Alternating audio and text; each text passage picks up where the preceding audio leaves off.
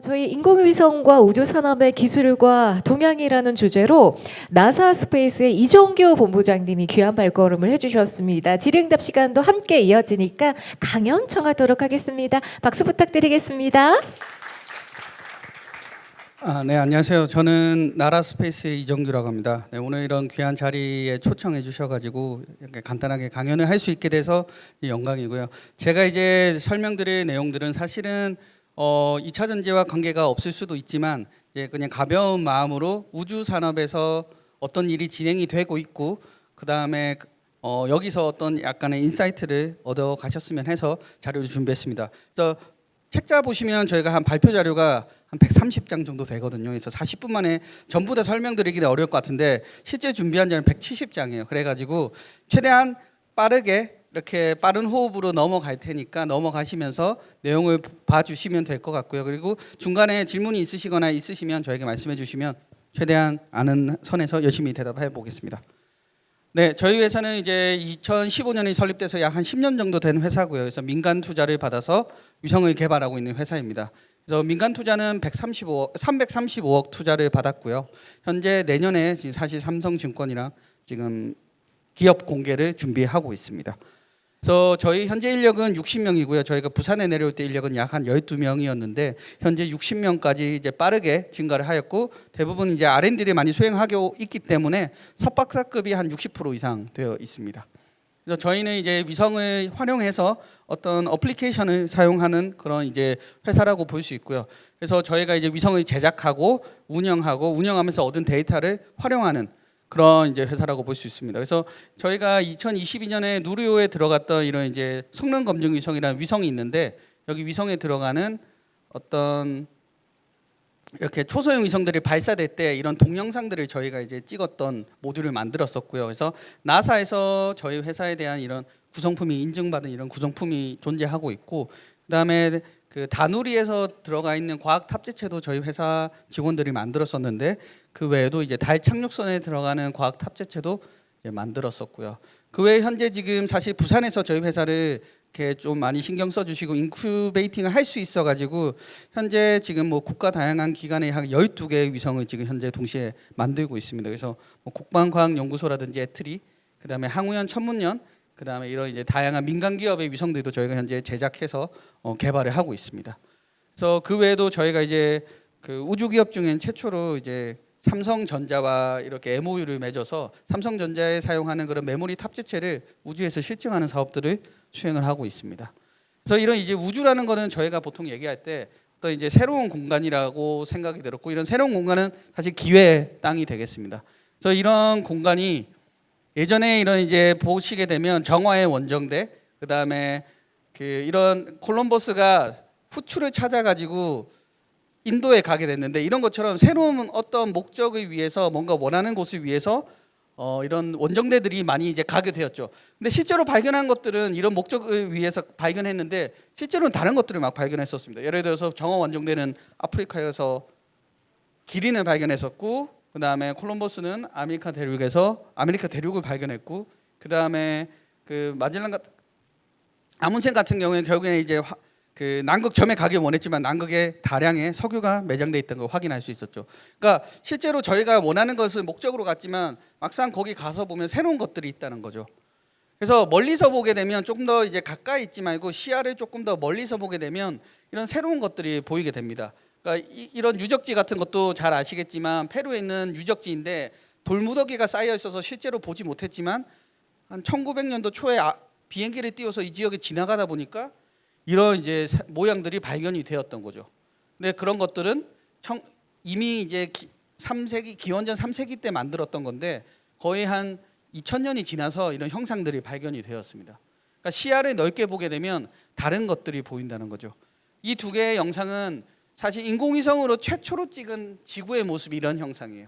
그러니까 위성 자체가 가만히 서 있어서 사진을 찍은 게 아니라 어떻게 보면 위성이 빙글빙글 돌고 있다 보니까 돌면서 사진을 찍었는데 이런 이제 흐릿한 영상이 얻게 되었지만 지금 같은 경우에는 저희 우리나라에서 만든 정지궤도 위성이 항상 한반도를 찍을 수 있게끔 이런 선명한 영상들을 제공해 줄 수 있다는 거죠. 기술이 발달했기 때문에. 그럼 왜 다시 우주라고 얘기를 말씀드리냐면 예전에 이제 아폴로 13호 할 때 진 크레이그가 얘기를 했었거든요. 우주에서는 실패라는 것은 절대 옵션이 있지 않습니다. 왜냐하면 그 이유가 이미 발사하게 되면 사후 처리가 안 됩니다. 이미 발사한 위성에 대해서는 어떠한 AS를 할 수 없기 때문에 우주에서는 절대 실패를 하면 안 된다는 게 기본적인 골자였습니다. 뭐 물론 이제 어느 정도 실패를 했지만 아폴로 13은 잘 들어왔었죠. 근데 최근에 들어서 이제 저희가 보통 얘기하는 사람 중에 일론 머스크가 재사용 발사체를 사용하게 되고 우주에 나갈 수 있는 비용이 저렴하게 되면서 더 이상 이제 우주는 실패를 해도 되는 옵션으로 바뀌었습니다. 왜냐하면 발사비가 저렴하니까 또 발사하면 된다. 이런 개념이 이제 등장하기 시작했습니다. 그게 이제 재사용 발사체고 발사비가 아주 저렴해졌죠. 과거에 보시게 되면 발사비가 이렇게 지금 킬로그램당 25,000불 이렇게 냈는데 지금 스타쉽 같은 경우로 해서는 200불까지 떨어뜨리겠다고 했는데 현재 저희가 봤었을 때는 킬로그램당 800불 정도로 생각을 하고 있습니다. 그래서 아주 저렴해진 거죠. 비용으로 따지게 되면 거의 30분의 1, 40분의 1 이하로 이제 떨어지게 됐고요. 그리고 또 이런 이제 세마이컨덕터 소자들이 직접화되고 고도화되고 그런 것들이 모바일 폰에서 이용이 되고 모바일 폰에서 이용한 그런 소자들이 어느 정도는 우주에서도 사용을 할 수 있다라는 그런 이제 개념이 생기기 시작했습니다. 이렇게 작아지게 되고 그 중에 이제 크게 대표적인 두 회사가 스페이스X와 플래닛입니다. 여기 보시게 되면 그 위성 크기가 한 페트병 크기만한 위성이거든요. 이거 위성 하나의 가격이 한 1,000불 정도밖에 안 됩니다. 1,000불 정도 위성이 되는 것들을 한 1,000개 만들어서 우주에 동시에 발사를 해서 현재 지금 한 250개 정도 운영을 하고 있어서 사진들 전 세계의 사진들이 다 찍고 있고요. 그래서 사실 몇 시간 전에도 지금 북에서 미사일 이렇게 고고도 발사했다고 했는데 뭐 그런 영상들도 실제 이 회사에서 찍어서 우리나라에 이제 뭐 정보국에 많이 제공을 해주고 있는 그런 상황입니다. 싸게 많이 만들어서 많이 발사해서 많은 데이터를 획득한다. 그런 이제 개념이 되겠고요. 그런 개념이 이제 도입된 게 이제 스페이스X에서 위성들을 이렇게 많이 발사하기 시작합니다. 그래서 이런 작은 위성들을 여러 개 탑재해서 발사하게 되고 지지난주에도 스페이스X에서 위성을 113개를 동시에 한꺼번에 발사를 했어요. 그런 것처럼 이제 동시에 위성들을 많이 발사할 수 있다는 거죠. 예전에는 이런 이제 큰 위성을 만들어서 한 방에 홈런을 만드는 그런 이제 위성을 만들었다면, 그러니까 아리랑 위성처럼 5년에서 10년을 만들어서 3천억에서 4천억을 투자해서 위성을 하나 만들어서 5년에서 10년 동안 썼다면, 지금 이런 이제 교타다처럼 위성을 하나 만드는 주기가 저희 회사 같은 경우는 한 1.5년 정도 됩니다. 1.5년에 하나씩 만들어서, 근데 하나만 만드는 게 아니라 여러 개를 만들어서 동시에 발사해서 어떤 이제 군집의 힘을 노리자, 이런 이제 컨셉을 가지고 있는 게 뉴스페이스 시장이고 뉴스페이스 시장이라고 볼 수 있습니다. 그렇게 되면 예전에는 큰 거 하나 만들어서 커스터머가 원하는 커스터마이제이션이라고 따진다면, 지금은 한 개를 만드는 게 아니라 최소 30개, 뭐 최소 몇백 개, 그다음에 지금 스타링크라고 하는 위성 같은 경우는 현재 6,000개가 올라가 있습니다. 그러면 이제 물론 이제 이런 자동차 시장이나 다른 내수 시장, 다른 그런 이제 양산 시장이랑은 다르지만 위성에서도 어떻게 보면 그러면 약간의 대량 생산이 가능하겠다라는 컨셉이 적용되기 시작합니다. 그러면서 이제 VC들, 벤처 캐피탈 회사들이 관심을 가지고 투자를 하기 시작하게 됩니다. 그래서 투자를 하게 되면서 2012년에 비해서 2021년까지 투자한 금액을 보면 한 200배 정도 많은 투자가 이루어졌다라고 볼 수 있고요. 그다음에 이런 시장과 맞물려서 2040년까지는 대략적으로 뭐 한 1조 1,000억 달러까지 시장이 증가할 것이다. 물론 이 사이에 위성 시장에 대해서, 우주 시장에 대해서 버블이 있다. 그래서 뭐 버블이 꺼져야 된다 이런 얘기가 있지만, 결론적으로 보게 되면 10년 전부터 현재까지는 약간의 오르락 내리락이 있지만 이제 우상향으로 가고 있는 그런 시장이라고 볼 수 있습니다.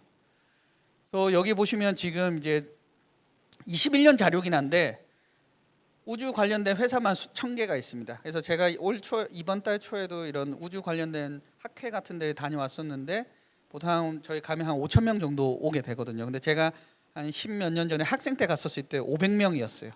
약 10년 사이에 학회가 10배 이상 커졌고, 국내에 있는 그 저희 여기 이제 웨스틴조선에서 5월 말이나 6월 초에 초소형 위성 워크숍이라는 거를 이 자리에서 이제 진행을 하게 됩니다. 근데 1회 때부터 제가 참석했었는데 그때 저희 15명이었어요.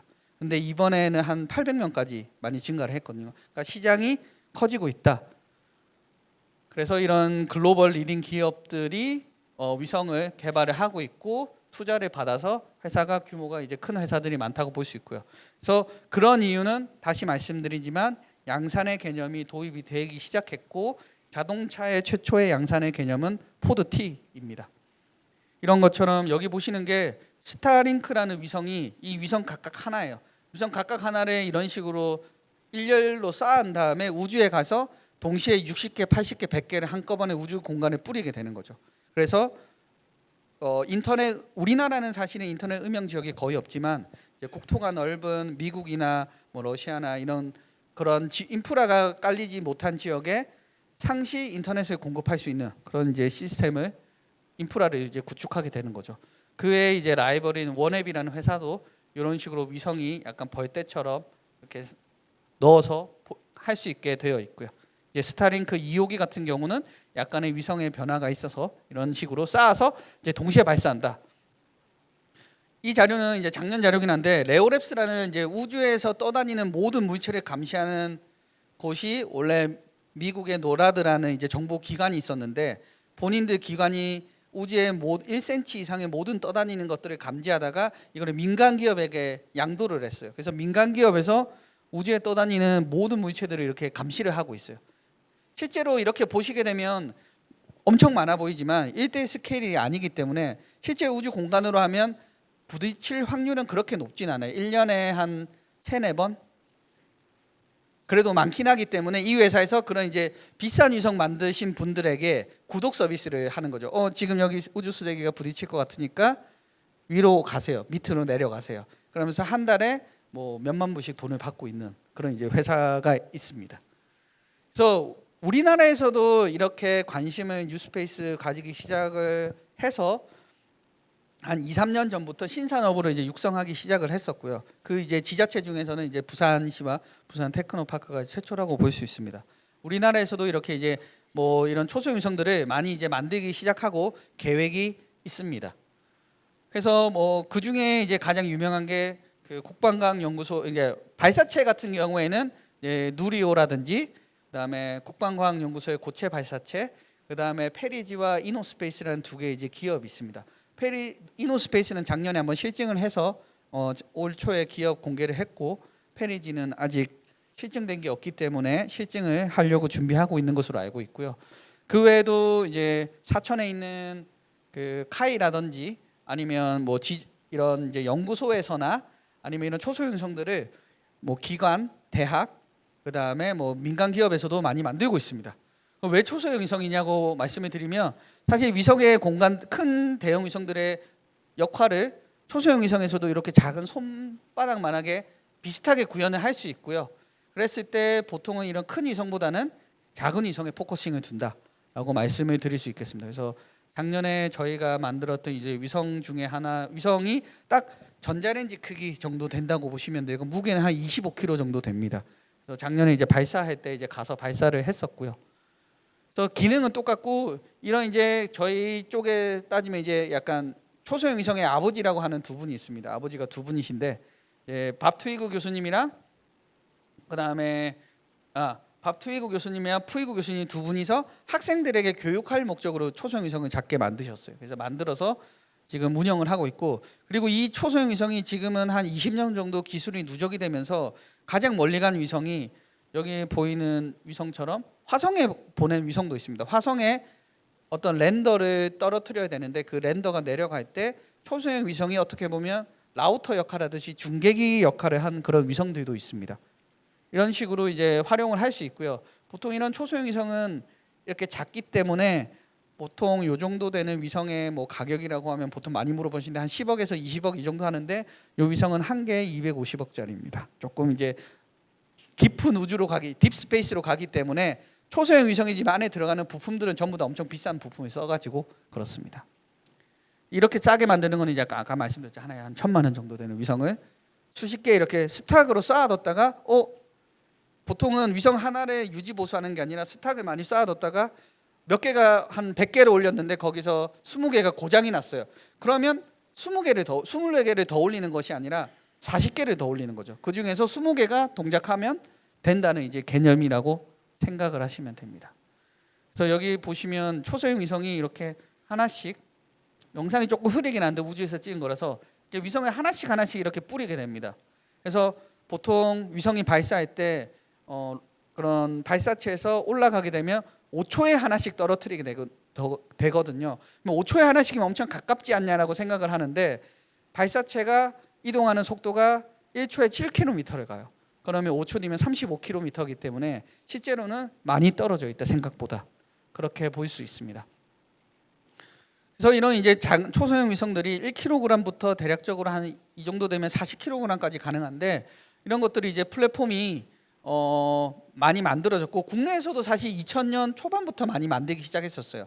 항공대에서 만든 초소형 위성이 있었는데 안타깝게 그 발사체가 폭발하면서 실패를 했고, 사실 국내의 대학을 기반으로 해서 여기 보시면 이런 다양한 형태의 초소형 위성들을 많이 만들어 왔어요. 근데 많이 만들어 왔는데 사실 거의 다 실패했어요. 왜 실패를 했느냐라고 저희가 이렇게 보시게 되면, 뭐 저희 위성도 있지만 대부분 싸게 대충 만들어서 열심히 만들지만 학생들이 만들다 보니까 교수님과 실제 어떤 노하우가 있는 엔지니어들이 개발한 게 아니고, 그 다음에 단순하게 이렇게 뭐 전자공학만 해야 되는 게 아니라 구조가 있기 때문에 기계공학 엔지니어도 있어야 되고, 안에 소프트웨어도 해야 되니까 플레이 소프트웨어 엔지니어도 있어야 되고, 위성이랑 통신을 해야 되니까 RF 엔지니어도 있어야 되고, 어떻게 보면 다양한 전 분야 엔지니어들이 있어야 되는데, 사실 한 개의 대학에서 그런 랩에서 그런 엔지니어들을 보유하기가 어렵거든요. 엔지니어라기보다는 학생들이죠. 그렇다 보니까 뭐 저 역시도 예전에 이런 프로그램 참석해서 위성을 만들어서 좋게 실패했지만 대부분 만들기가 쉽지 않았었다, 그런 게 있었고요. 그랬을 때 이제 저희 회사가 10년 전에 창업을 했었을 때는 좀 다양한 분야에 지금 30대 후반에서 40대 초중반에 학생 7명에서 창업을 했었어요. 그래서 우리는 조금 제대로 만들어 보자 해서 만든 위성이 이렇게 보시는 25kg 정도 되는 위성이 되겠고요. 그래서 여기 제가 지난번에 한번 보여드린 적은 있는데, 위성 실제로 저희가 조립하는 영상이거든요. 보면 어떤 이렇게 뭔가 우주라는 산업과 위성이라고 하면 상당히 약간 뭔가 하이테크적인 그런 것이라고 생각을 많이 하시는데, 사실 전부 다 간의 수공업입니다. 일일이 한 땀 한 땀 저희가 이제 커넥터도 다 만들고요. 커넥터도 이렇게 다 테이핑도 하고, 그 다음에 몰딩도 하고, 전부 다 에폭시도 저희가 다 일일이 손으로 바릅니다. 그래서 간의 소공업으로 한 땀 한 땀 이제 만든 위성이라고 볼 수 있고요. 그래서 저희가 위성을 뭐 아까 12개 만든다고 했는데 12개 전부 다 한 땀 한 땀 만들고 있습니다. 그래서 여기에 이제 작년 11월에 발사를 했고, 그래서 보시면 실제로 저희가 이제 로켓 그 스페이스X에 발사하고 착륙할 때 영상이고, 저희가 위성이 이렇게 나가고 첫 교신이 됐었을 때 이런 좋아하는 모습들이 있었죠. 그래서 지금 사실은 위성에 대해서 이제 저희가 촬영한 몇 가지 영상을 보여드리려고 하는데요. 여기 보시면 이제 여의도가 있고 흑백으로 저희가 위성으로 찍은 거고요. 한 전자레인지 크기의 위성이기 때문에 뭐 생각하시는 건 엄청난 고화질이 아닙니다. 생각하시는 구글맵 정도의 고화질 영상이라면 위성이 한 2톤 정도 돼야 돼요. 1톤에서 2톤 정도 돼야 되는데 저희는 이제 25kg 정도기 때문에 그 정도의 이제 화질에 대한 안 좋은 점은 이제 아시고 보셔야 되지만, 그래도 어느 정도 이런 큰 틀에서의 형상들을 많이 볼 수 있고요. 그래서 뭐 저희가 UAE의 팜 메이줄라라든지 애플파크, 그다음에 이런 공항이나 이제 부산도 찍어서, 여기 부산 이제 이 보이시죠? 여기 부산 여기 있고, 여기 이제 영도초 들어가고, 여기가 저희가 이제 회사 위성으로 이제 찍은 영상이 있고요. 그 외에도 이제 울산 항만 울릉도, 그다음에 볼티모어에 이제 다리 이렇게 배가 쳐서 부러졌을 때 그때 이제 영상이라든지 이런 것들도 찍고 있고요. 그다음에 뭐 미리에 대한 수확량이라든지 이런 거에서 얼마나 이제 수확량이 추정이 되는지, 그 외에도 지금 저희가 이제 찍은 여러 가지 이제 영상 샘플인데, 뭐 샌프란시스코나 아니면 여기는 도하입니다. 카타르 도하나 이런 데 이제 찍어 가지고 현재 이제 위성으로 어떤 영상 서비스를 제공을 하고 있습니다. 아까 그리고 또 앞서서 그 이제 그 GHG의 탄소 배출에 대해서 말씀하셨는데, 현재 저희가 만들고 있는 위성 중에 하나가 아쉽게 이제 그 CO2는 아닌데 그러니까 메테인을 모니터링 할 수 있는 그런 이제 위성을 만들고 있어요. 그래서 저희가 메탄을 관측하는 위성을 만들어서 최근에 이제 이런 인도 퍼시픽 지역에서 이제 위성 기업이긴 하지만 기후 관련된 이제 기업에도 이제 저희가 선정이 되어서 이런 이제 위성들을 초기 설계부터 이제 만들고 있습니다.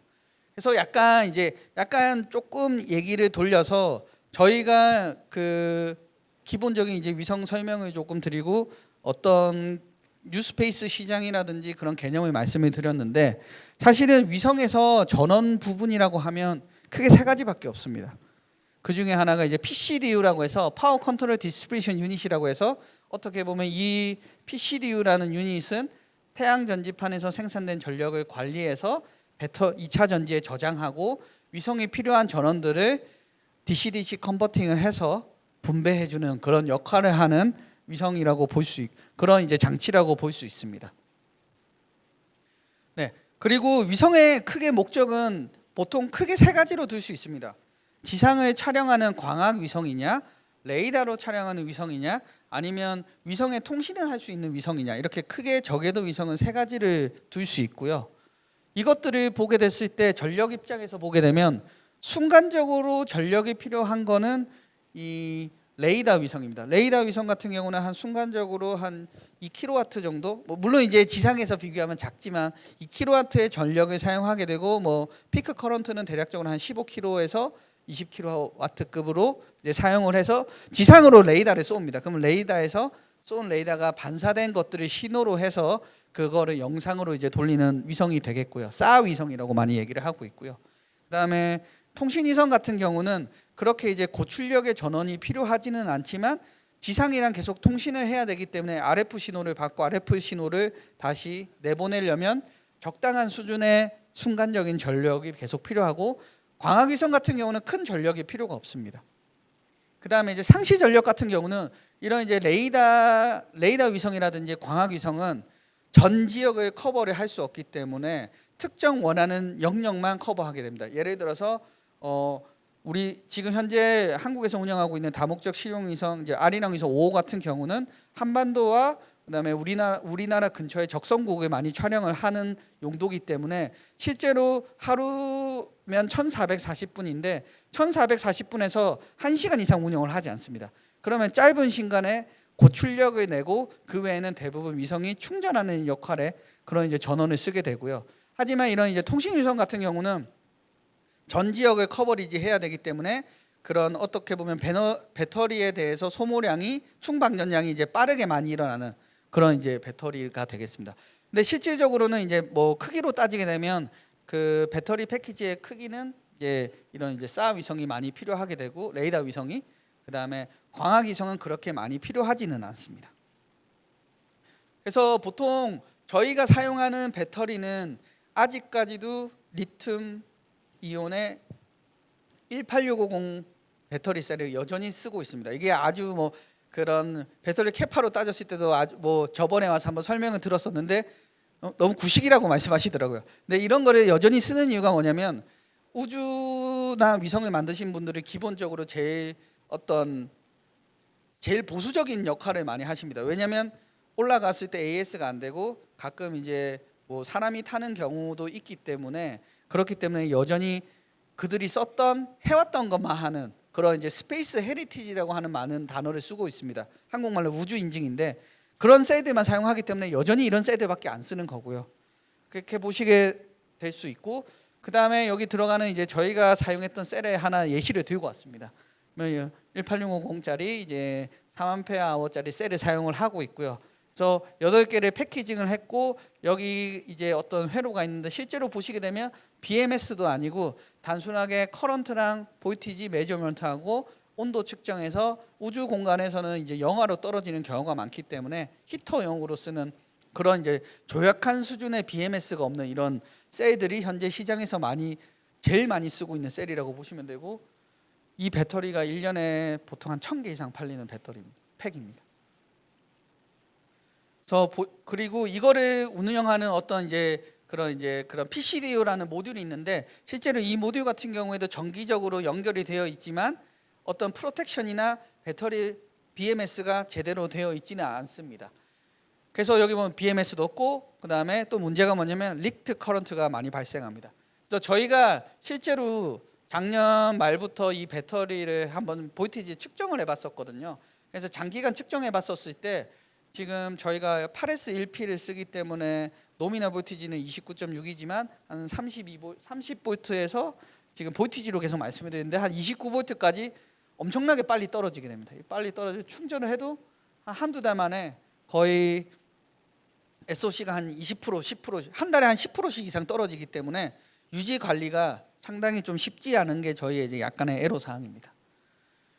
그러면 이런 BMS를 잘 만들면 되는데 왜 만들기가 힘드냐면 보통 우주에서 사용되는 보드가 만들면 이렇게 되어 있습니다. 거의 금색으로 되어 있죠. 금장으로 되어 있는 이유가 이렇게 금장으로 되어 있는 부품을 사용을 해야 됩니다. 그 이유가 딱 두 가지입니다. 왜냐하면 높은 운영 온도를 가져야 되고 그다음에 내방사선 설계가 되어 있어야 됩니다. 이런 부품 같은 경우는 보통 한 마이너스 100도에서 플러스 200도까지 문제가 없이 동작하고 우주에서 태양풍이 많이 날라오기 때문에 그런 태양 에너지에 의해서 어떤 그 세마이 컨덕터들의 커런트가 방향이 바뀌어서 그다음에 레치드업이 발생하는 그런 경우가 있는데, 그러니까 그 셀 자체 그 세마이 컨덕터가 파괴된다고 보시면 돼요. 그런 거를 방지할 수 있는 회로가 꾸며져 있는 그런 이제 파트가 되겠고요. 그래서 보통 일반적으로 쓰는 자이링스의 이런 FPGA 같은 경우는 하나에 한 10만 원, 그다음에 뭐 비싸봤자 상업에서 많이 쓰는 게 100만 원 정도인데 요 셀 같은 경우에는 하나를 팔지는 않지만 보통 10개 사면 되는데 하나에 4억 정도 합니다. 그렇기 때문에 저희가 이제 약간 이제 저희가 쓰는 이제 조금 싼 부품을 그러면 어떻게 우주에서 쓸 수 있는가 이런 방법에 대해서 좀 말씀을 드리면, 보통 우주에서 부품들을 쓰기 위해서는 첫 번째로 저희가 하는 것들이 기본적으로 하는 것들이 이제 내방사선 시험을 합니다. 그래서 저준위의 에너지를 그 방사선을 이제 파트에 쏘게 됩니다. 그 저희가 만든 이제 보드에 쏘게 되고요. 그러면 회로가 동작을 하면서 조금씩 그 누적되는 저준위 에너지에 의해서 보드가 망가지게 되는데 그게 어느 정도 견디는지를 확인을 하는 시험을 하게 되고, 이 시험을 통해서 사실 저희가 할 수 있는 것들은 그 뭐 같은 소자라도 제조사나 그다음에 뭐 언제 만들어졌는지 어떤 라트에서 개발이 됐는지에 따라 다른데 그런 이력들을 테스트하는 이런 시험이라고 볼 수 있고요. 그다음에 열진공 시험이라고 해서 이런 이제 챔버에 어떤 부품이나 파트를 넣고 뭐 마이너스 20도에서 플러스 50도 이렇게 사이클을 주면서 계속 어떻게 보면 열에 대한 어떤 스트레스를 서머 스트레스 시험을 주게 됩니다. 그 다음에 우주에서 올라가게 되면 그 발사체에 의한 진동과 충격들이 발생을 하는데 다양한 주파수에 대해서 이런 세 가지 시험을 기본적으로 원래 합니다. 근데 사실은 그렇게 해도 부족하기 때문에 약간의 우주에서도 이런 이제 프로덕트 어슈런스라는 행위를 하게 되고요. 이 프로덕트 어슈런스 행위에 의해서 하는 어떤 인증 절차를 이제 구비를 나름대로 체계화를 조금 했습니다. 그러니까 결론적으로 보시게 되면 부품을 선정을 하고 이 선정된 부품들이 원래 저희가 인증이 되어 저희가 이미 이제 그런 이력이 없는 경우에는 저희끼리 위원회를 여쳐서 통과를 하게 되고요. 그러면 이거를 통해서 시험을 하고 구매를 하고 어떤 관리 추적을 하는 그런 행위들을 위성 쪽에서도 하고 있고요. 사실 이 플로우가 여기 보시는 플로우가 전체 답니다. 막상 보면 기본적으로 양산을 하시는 분들은 당연한 플로우지만 당연한 플로우인데 위성 쪽에서는 당연하게 하지 않았었거든요. 왜냐하면 아까 말씀드린 4억짜리 부품 하나 써서 넣으면 끝나는 건데 그런 부품이 너무 비싸다 보니까 10만 원짜리 부품 쓰는 대신에 이런 행위들을 한다고 보시면 됩니다. 그러면 간단하게 말씀드리면 우선 특정 라트에서 나오는 파트인지를 확인해서 COC 발급을 하고요. 그다음에 스크리닝을 하게 됩니다. 이 스크리닝 테스트가 약간 테크니컬한 기법이고요. 그 외에 스크리닝을 해서 이게 끝나게 되면 PCB 설계하고 조립해서 시험해서 환경 시험에서 아까 말씀드린 그런 이제 세 가지 시험들을 하게 된다고 보시면 됩니다. 그러면 이런 이제 스크리닝 시험은 저희는 이제 파트 단위에서 이미 이런 열 스트레스, 서머 스트레스를 주는 시험을 하게 됩니다. 그래서 열 진공 챔버가 아니라 열 주기 챔버에 모든 파트를 다 넣고 하루 안에 20사이클로 마이너스 40에서 영상 100도까지의 열로 스트레스를 주게 됩니다. 그러면 이제 어느 정도 그 파트들이 약간의 스트레스를 받은 상태에서 PCB에 실장을 해서 그걸로 아까 말한 세 가지 환경 시험을 통해서 거기서 통과가 되면 이 정도 이 파트는 우주에서 쓸 수 있을 것 같다. 이런 이제 하나의 저희의 이제 레슨런에 의해서 경험에 의한 그런 방식이라고 볼 수가 있겠습니다. 그래서 아까 말한 보드 시험의 단위에 내 방사선, 열진공, 진동 시험을 하게 된 보드가 나오게 되면 이 보드는 우주에서 어느 정도 신뢰성이 될 것 같다. 그러니까 물리적으로 단 이제 기능적으로 회로를 구성하고 회로 뭐 디버깅은 새로 해야겠지만 만약 여기서 회로를 디버깅하게 되면 이 주기를 다시 해야 됩니다. 그래서 보통 저희가 위성은 한 1년 6개월 만에 만들지만 보드 하나 개발하는 데는 한 2년 정도 시간을 가지고 이런 프로세스를 하고 있습니다. 그러면 이제 이런 보드를 만들어서 위성을 만들어서 싸게 많이 올린다고 했는데 그러면 그렇게 싸게 많이 올렸을 때 왜 저희가 위성을 많이 올리고 저희뿐만 아니라 이런 우주 기업들이 왜 위성을 많이 올리려고 하는지에 대해서 간단하게 말씀드리겠습니다.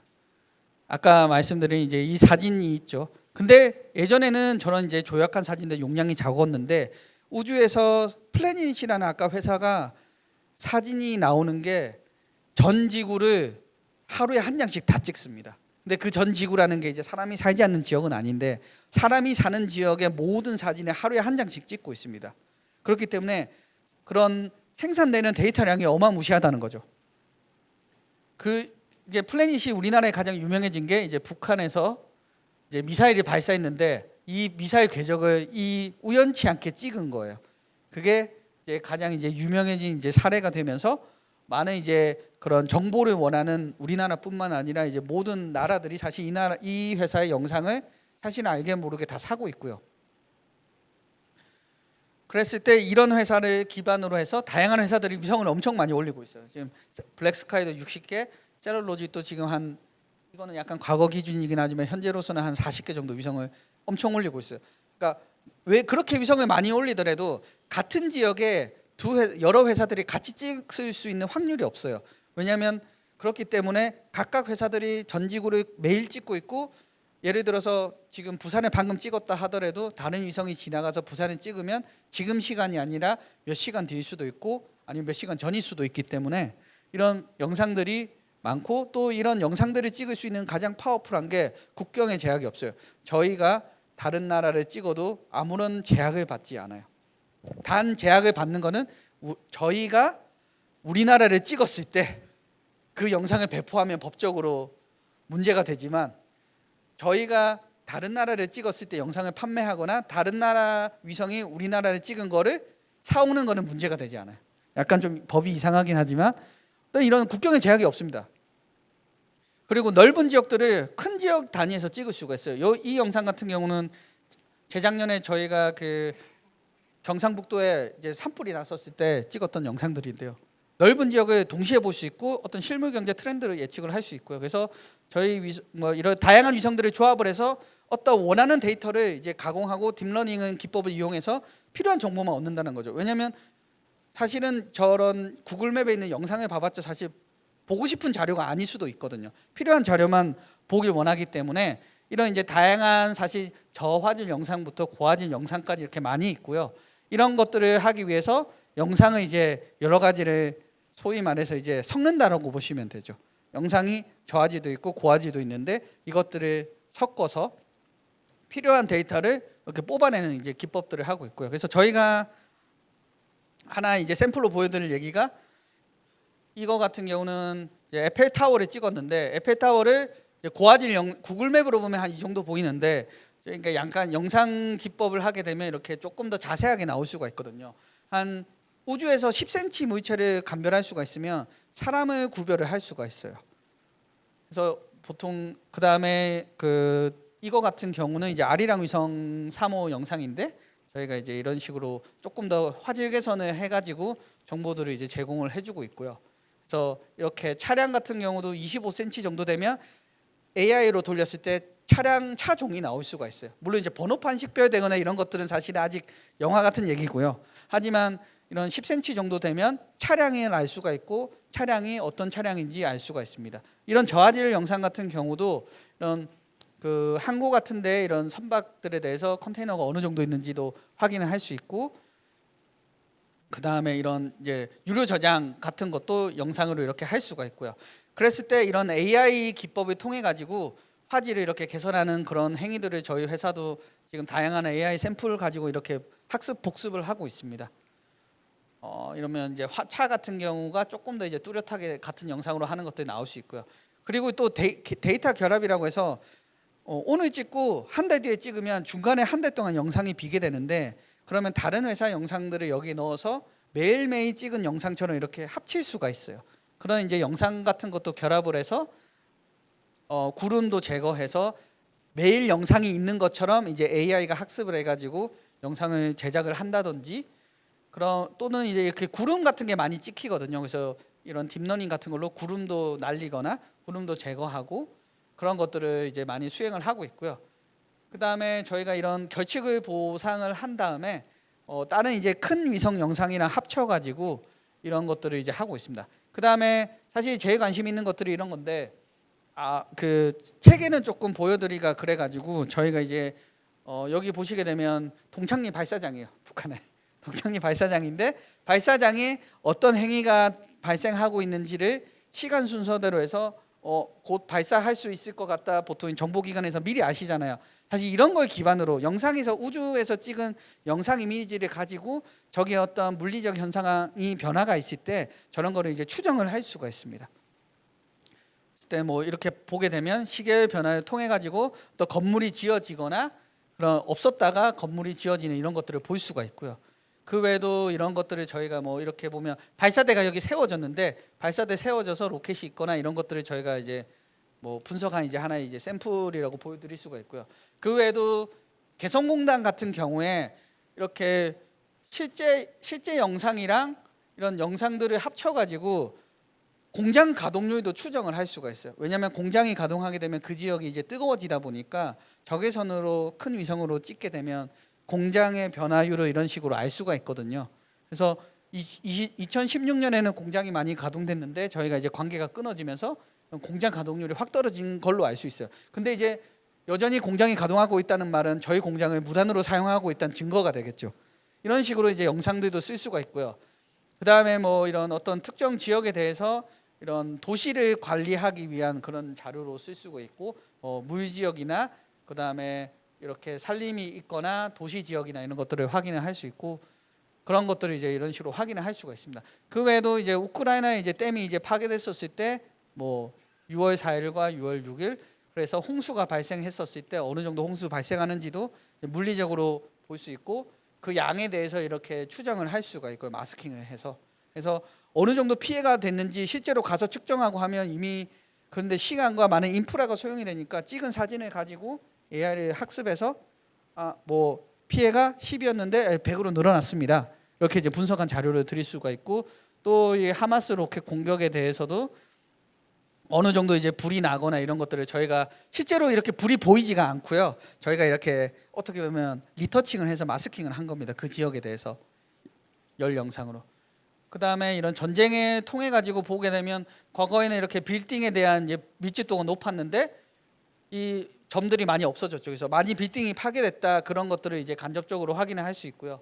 또 다른 지역도 보시게 되면 빌딩들이 이제 파괴되고 나서 캠프들이 차려져서 캠프가 얼마나 됐는지, 이 지역이 원래는 이제 난민 캠프가 없던 지역인데 보면 이렇게 난민 캠프가 엄청 많이 생기는 거죠. 이런 것들을 정보로 저희가 이제 추정을 해서 영상으로 제공해드리기보다는 추정치의 데이터와 숫자와 표 그래프로 제공을 많이 하고 있고요. 이런 이제 보게 되면 이거는 루미나시티라고 해서 밤에 이제 빛이 얼마나 생기는지에 대한 건데, 전쟁 이후에 보면 거의 가자 지역에 빛이 없습니다. 마찬가지로 이것도 이제 그런 불빛이나 그런 것들도 할 수 있고, 이런 AI 기반으로 위성 영상을 활용하게 되면 뭐 집도 알 수 있고, 이런 영상을 통해서 이 지역이 사람이 사는지 안 사는지 폐가나 이런 것들도 영상 데이터로 학습해서 할 수 있다라는 거를 이제 말씀드리고 싶습니다. 그래서 이런 많은 영상의 데이터를 가공하려면 위성이 많아야 되고, 그런 많은 위성 영상이 나옴으로써 이런 행위들을 하고 있고요. 그리고 저희가 이제 최근에 이제 재밌게 한 마지막 이제 거의 이그젬플인데, 그 중국에서 불법 꽃게잡이 배들이 오지 않습니까? 이거 올 때 해경이랑 KT셋이라는 회사는 저희가 이제 같이 했던 건데, 꽃게잡이 배들이 오기 전에 북한 어떤 항에 그 꽃게잡이 배들이 밀집을 하게 돼 있어요. 그러면 그걸 밀집하는 걸 기다렸다가 밀집하게 되면 해경분들이 이미 가서 대기하고 있는 거예요. 그런 것들도 이제 실시간적으로 거의 뭐 저희가 자료를 매일매일 드리긴 하지만 이런 이제 배가 늘어나고 있다 이런 것들도 제 자료를 제공하고 있고 그 외에도 어떤 이제 영상 분석이라든지 이런 것들을 하고 있고 그 외에도 뭐 저희가 재난재해라고 해서 항우연에서 만드는 위성 영상이나 아니면 사실 조선비즈에서 보면 위성 영상을 활용한 뉴스라는 그런 기사가 한 달에 2번 올라오는데 이제 위성 영상을 가지고 어떤 새로운 시각에서 어떤 뉴스를 만드는 그런 것들도 하고 있습니다. 그 외에도 이제 도시 관리라든지 이런 것들을 저희가 하고 있습니다. 그래서 위성에 대해서 이제 지금까지 말씀을 드렸는데 위성이 많으면 많을수록 영상을 많이 획득해서 어떤 다양한 서비스를 할 수 있고 이것뿐만 아니라 저희가 이제 마지막으로 사실 말씀드리고 싶은 게 저희가 저희가 위성을 제작을 하고 있지만 사실은 기초적인 그런 뭐 세마이컨덕터라든지 부품 파트 이런 거 다 사실 많이 대부분 해외에서 공수해 오는 게 실증이거든요. 그렇기 때문에 사실 기반 시설이 좀 부족하기는 한데 그런 부분에 대해서 좀 국내 업체랑 협력을 만약 할 수 있고 특히 부산 지역에서 할 수 있으면 좋은 기회가 될 거라고 생각을 하고 있습니다. 네, 발표는 여기까지입니다. 감사합니다. 네, 우리 나라스페이스의 이정규 본부장님이었습니다.